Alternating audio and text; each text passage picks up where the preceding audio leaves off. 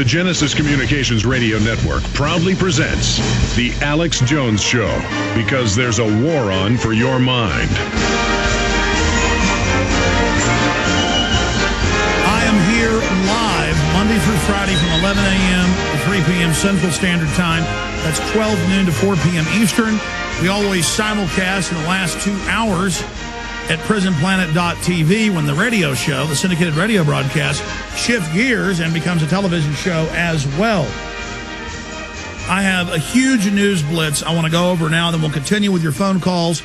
Then Dr. Webster Tarpley, Doctor of History and Economics, is joining us for 30 minutes in the last hour to detail a massively researched piece he wrote for Infowars.com asking the question, was the Fort Hood shooter a patsy, part of a drill? And the evidence shows that is the case. So that's coming up later in the last hour. Also, my review of The Watchmen. I saw it a few months ago in the theater. I now have the DVD. I'm going to play a few minutes of it from the end, where this secret society stages terror attacks worldwide to then bring in a world government for world peace. And Dr. Manhattan, the good guy, decides, oh, I see. I love it that you nuked a bunch of cities and killed a bunch of people. That's loving. The end justifies the means. So massively evil, total Illuminati programming. But this will give you an idea of their mindset as they give the public the revelation of the method. But as I walked out of the theater, people all around were saying, I don't get it. I don't understand. And all these editorials and all these articles said, no one gets The Watchmen. No one understands it. It's clear in your face.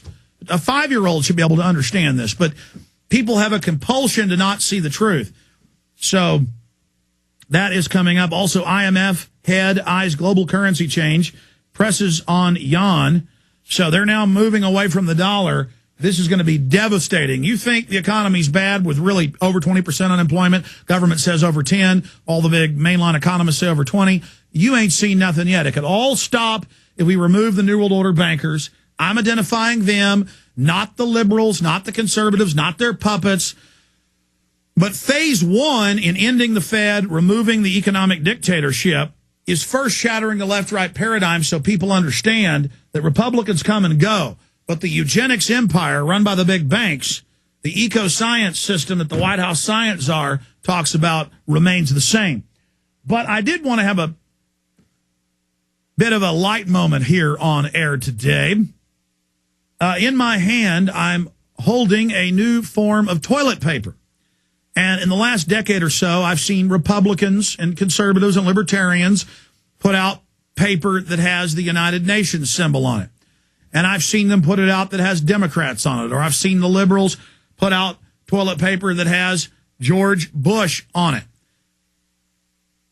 But we're now seeing a bellwether of toilet paper selling all over the internet that does have Bank Pork Frank, Fraud Dodd, Bankster Palsy Pelosi, Greedy Reed, Bankster Buddy Obama, Beltway Backroom Biden. But then it says SEC No Evil Cox, McPork McCain, Allen Fraud Scam, Ben Bankster Buddy Bailout Bernanke, Ka-ching Cheney, Bankster Buddy Bush the Moron. It's bipartisan toilet paper. I remember years ago saying we need toilet paper because they do take themselves a little too seriously. This is from BanksterBuster.com. We want to thank Dave for sending this. I was sent 2 rolls. We will use this in the office. Back today, we'll go put these on the rolls, and if you guys are happy with it. And here we are. But it is a bellwether. People are getting it.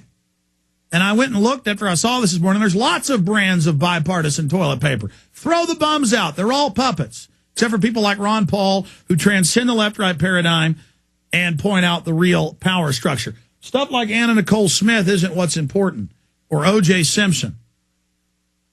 This is what is important, shattering the left-right paradigm. So very, very, very excited. In fact, I need to sneeze. Maybe I should use it as a tissue. Okay. Thought I'd have a little bit of fun there. Let's now go ahead and get into a news blitz here, and then back to Jim, Jerry, Steve, Gabe, Mike, and others that are patiently holding.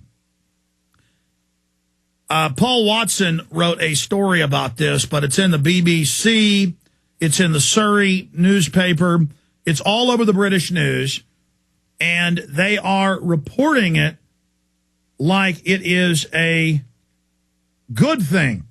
Guilty. Paul Clark faces at least 5 years in prison, that's the minimum sentence, for handing in a discarded shotgun. This is out of the Surrey newspaper. You guys printed me a printer version. Can I have the actual official version so people can see the letterhead and the news article? They don't tend to believe it unless it's from an official letterhead. However, this printed it in print right. But you can also read a story that gives you a larger perspective on this at prisonplanet.com, written by Paul Joseph Watson. And it says in his backyard, he saw a black shotgun. So he called the police. He's a military veteran, no criminal record. See, you served them. That's why they don't like you. That's who they're worried about. You've served them now. Now they want to give you a record. And he calls the police department and says, I'm going to bring this gun down to you. And they were waiting for him. And they said, touching a gun is illegal. The jury was instructed to convict him, being total 1984 puppets that would make Hitler proud and Stalin proud and Mao as well. They have a quote in here by the prosecutor, Brian Stalk, explained to the jury that possession of a firearm was a strict liability charge. See, it's this term. There's the actual article, Surrey Today, one of many. That's what zero tolerance is about. It's about targeting the mainstream, targeting people that are good, to terrorize them. That's the essence of their mind control. He said, therefore, Mr. Clark's allegedly honest intent was irrelevant. Just by having the gun in his possession, he was guilty of the charge and has no defense in law against it, he added. But despite this, Mr. Blackman urged members of the jury to consider how they would respond if they found the gun. He said, this is a very small case with a very big principle. So they're saying they're making an example out of him. And he'll be sentenced December 11th. The minimum sentence is 5 years in prison and a hefty fine. Go read the articles at prisonplanet.com. We have links to the article. We wrote our own story about it and added the articles of where people defend themselves with a knife when they're being attacked in their house. They get thrown in prison. The rapist gets released. We are the milk cows. We are the slaves. We are the aphids that the ants keep and basically milk. And the message is, you don't touch a gun. And it's meant to be absurdist. It's meant to be over the top. It's meant to shock us and train us to accept even more corruption and evil. It's like this Army enlisted lady who had a baby and they CPS'd it and said, you're not allowed to have babies while you're in the military. We're CPSing your baby and you're going back to Afghanistan. No other government's ever done that. The Soviets didn't do that. The Nazis didn't do that. The Israelis don't do that. The Cubans don't do that. The Germans don't do that. The British don't do that. It's absurd. It's like England announcing in many cities, you've got to have a license to be outdoors with your kid and be certified by the government that you're allowed to be with your child in public because you may be a pedophile, guilty until proven innocent. Everything for the children. But then real pedophiles and the UN who've been caught running giant child kidnapping rings, they don't get in trouble. You see how they're training you to just accept unbelievably ridiculous things? Do you understand how and why this is being done? Do you understand what this larger system is really all about? I mean, are you ready to understand that you're being conditioned and trained to accept more and more? It's like what happened 2 months ago at the G20.